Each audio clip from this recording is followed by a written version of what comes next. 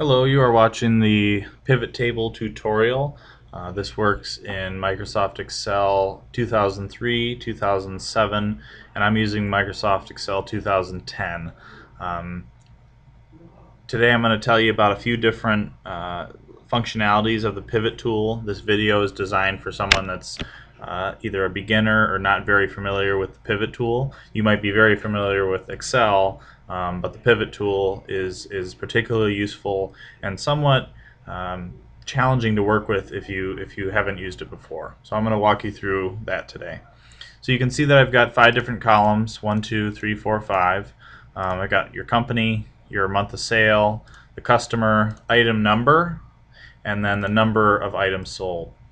And so, this is a standard data set. I've got about, 500 lines or so broken up into different companies and months and customers.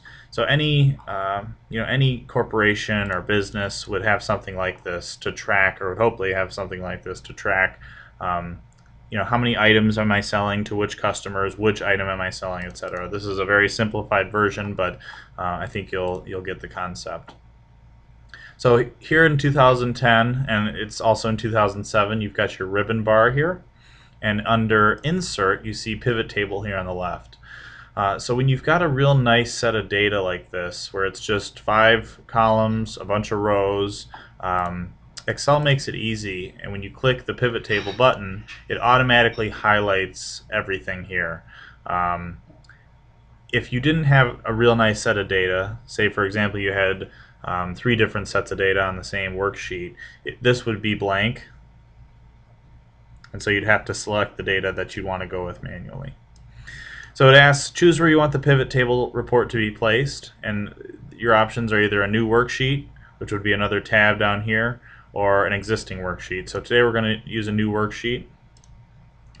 And so now it creates a new sheet, and it gives you this little pivot table window. You'll see that if you click off it, that piece on the right disappears. So when you click on it, it appears. You're actually able to, if you want, you can pull this out and move it close, but for now we'll just leave it on the right hand side. So you see we've got all the different fields that we had in the original spreadsheet are listed here in the pivot table field list. So we've got company, month of sale, customer, item, and number sold. And then down below we've got report filter, column labels, row labels, and values. And I'll go through each one of these individually here in a moment.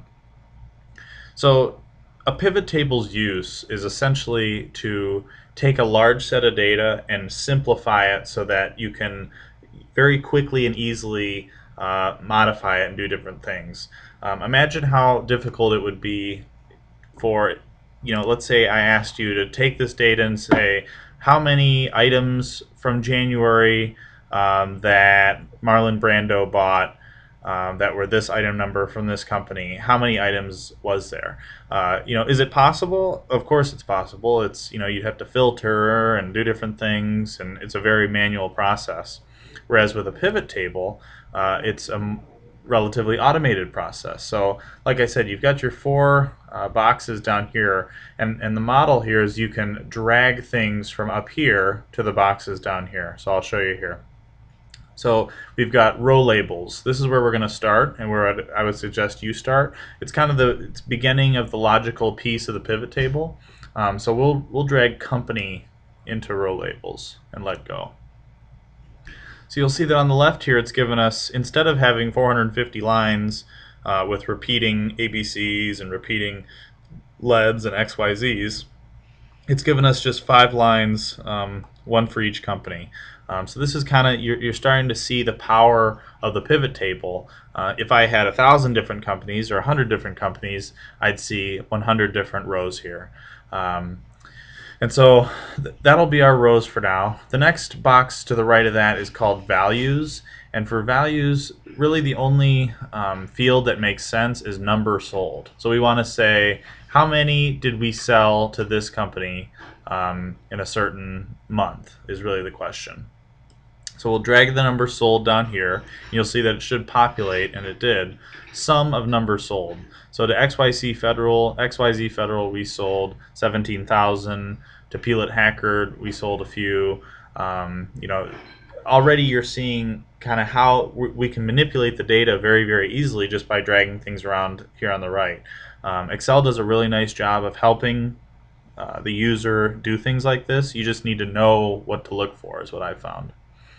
So the next piece, and really where pivot tables truly shine and truly are valuable, is this piece called report filter.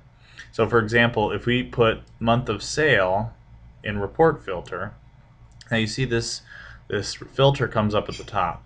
And so we can say, you know, this is great that we know how many sold in the year, but how about how many sold in December?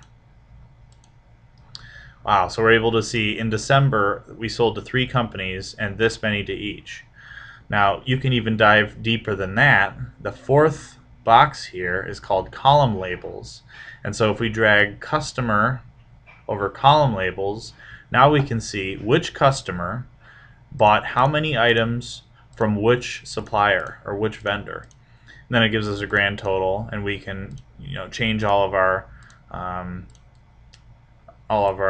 filters and do things like that. But wow, what a powerful tool this is. You can see that a pivot table, I mean, putting something like this together, this would take, I mean, this could take this could take an hour, you know, to put all this together and say, okay, Kirk Douglas bought a certain amount in what month from what company, and then put all this together and manually go through. I mean, there are only 450 lines here. Imagine if your database had 450,000 lines. Pivot tables are a very powerful tool. This is just kind of a very scratching the surface introductory look at it, and I'll be posting some more advanced videos shortly.